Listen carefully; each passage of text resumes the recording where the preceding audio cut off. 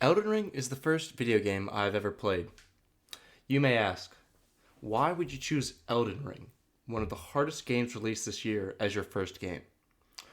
Well, it's because I'm kind of a dumbass, and because I heard from a lot of people that it wouldn't be that hard to pick up. I should not have listened. Before we get into how dumb my decision was, I should quickly explain my limited video game background, because I may not have been telling the truth before. I did play some video games in middle school, but back then, my friends were definitely tired of playing with me when I had like 3 kills and 14 deaths a game in Call of Duty.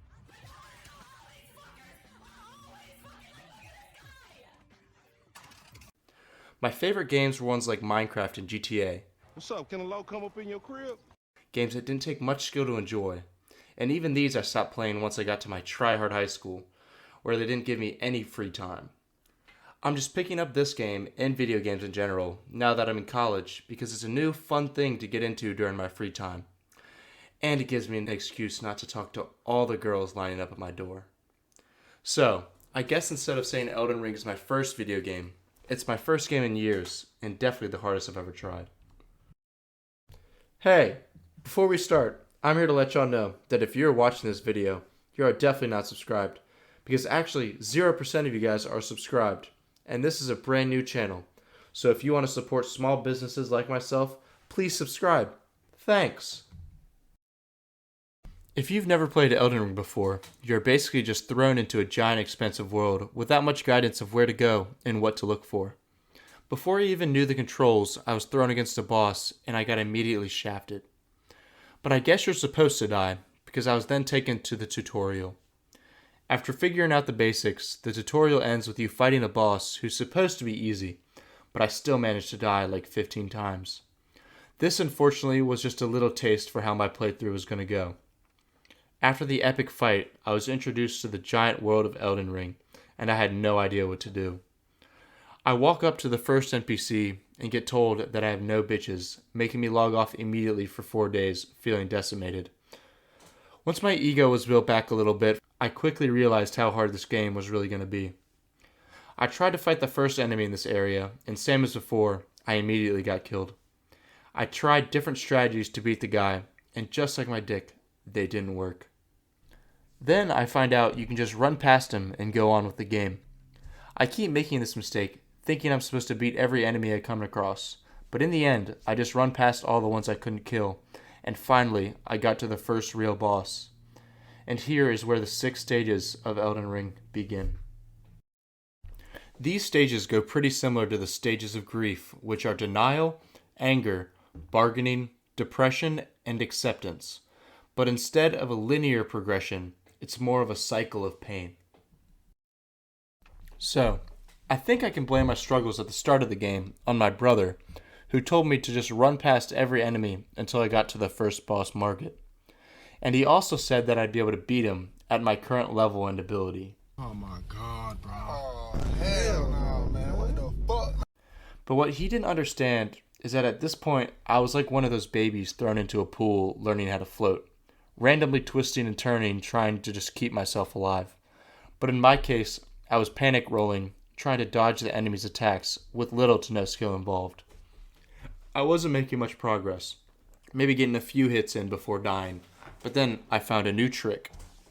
I now knew I could summon a helper who could distract the boss while I got some hits in, and thought maybe this would push me over the edge.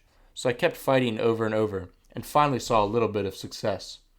At one point, I even had the boss down to maybe 1/8 his health. I was feeling good, and thought that I had it in the bag, and again, I was wrong. I continued to think that I had a chance of beating the boss, even though at this point, I didn't even know how to level my character up, let alone level up any of my items or get new items to help with the boss fights. This continued failure led me into the next stage of Elden Ring. At this point, I was ready to throw my controller through the wall, so I just logged off.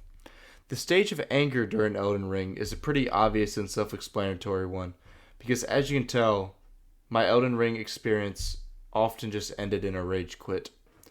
So much time is spent fighting a boss over and over again when you think you're so close to beating him, and you keep failing because of either a lack of skill or equipment.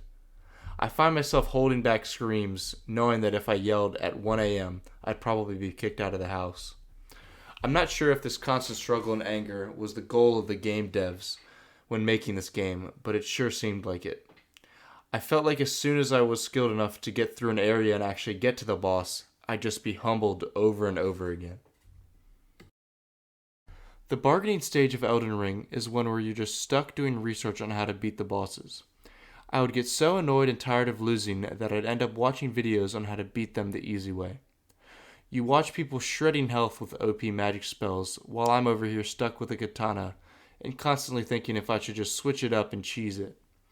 After watching these cheese methods and seeing someone kill a boss I'd struggled for days on in 30 seconds, I'd realized that I actually wanted to enjoy the game and not just go through it the easy way. And I'd realized how good I had to be and what I had to do to win. This game drains you, but in the best way possible. After watching the videos on how to beat the boss, I realized that I'm going to have to figure it out on my own, and set out to find new items and do side quests to level up my character. Even after this, I would still come back and need another 20 attempts in the fight, trying to memorize attack patterns, and sometimes I'd still need to go out and level up more. After finally beating the boss, I'd find myself actually jumping for joy in my room. Cringe, I know. But my joy was short-lived once I realized I'm back at the beginning, underleveled for the next stage, and I have no idea where to go. So I'd get on my horse and explore, and eventually discover the most important thing in all of Elden Ring, the last stage. The final stage is acceptance. As a player, and especially one new to video games like myself, you have to realize that you'll have to actually go through these stages each time you find a new boss or enter a new location. You can't beat the boss first try, and sometimes you can't even get to the boss until you've leveled up. You just have to go and explore and collect more items to get better, and you have to accept this. You get better and better at it after each boss, but if you have a massive ego like I do, you can't accept that you're just not good enough yet, and you'll end up fighting the boss underleveled anyways. But that's just all part of the game. Elden Ring is an open world game for a reason, and you have to explore the world. Not only just to get better, but also to enjoy the game to the fullest. When I realize I have to go exploring the world again, I'd be pissed because I can't fight the boss yet, but I'd end up enjoying myself and was always surprised at the fun I had. You need to explore the world for hours on end, do random quest lines to level your character up, and even watch hours of videos on where to find certain weapons and items, but this is where I would find myself having the most fun. And I think that's what makes Elden Ring, Elden Ring. Even though I've probably gotten more mad over the past month playing Elden Ring than I have in the past year, I do not regret starting this game. The time spent on this game has been such a fun experience and is more than I expected when I first got it.